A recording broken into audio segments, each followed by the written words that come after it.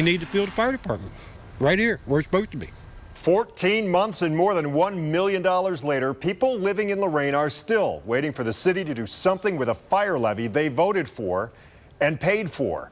Our Tara Molina has been following this story since the very beginning. And Tara, Lorain officials telling you today plans are in place. Yes, Rob, they say the plans are still preliminary, but according to officials, they're almost ready for a bid. So I asked the fire chief here in Lorain how much longer folks who live around here will be waiting for a fire station on this empty plot of land. An empty plot of land that is tough to drive past for folks who live on Lorain's east side. We pushed for the levy for the new fire station to be built. This is where it should stand. It's what they voted and paid for more than a year ago, after the city's budget struggle with the fire department in 2016. More than 20 firefighters laid off and station replacements put on hold.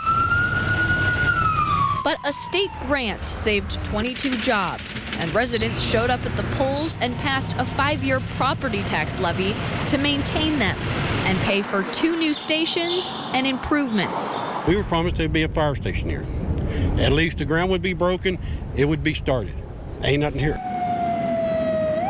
A public safety priority, since the current station serving this area is not centrally located and is nearly 100 years old. It could cause delays for response where our stations are at right now. So what's the holdup? I asked the chief. The levy passed, the money's there, and Yes. some of the people who live around here feel like they didn't get what they voted for. Yeah. They're getting what they voted for. They just needed to be patient with us because we wanted to make sure that we did the right thing for them, that we served them properly, we used their money properly. And the union president. What took so long? It took so long, it's a long process. Right now, the update is that we have preliminary plans.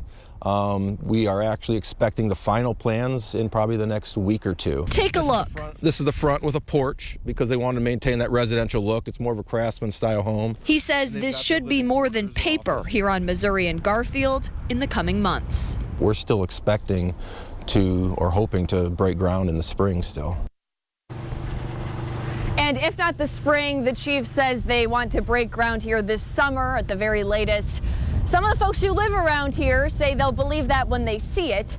So we'll touch base with them as we inch closer to that time frame. Reporting live in Lorain, I'm Tara Molina, News 5.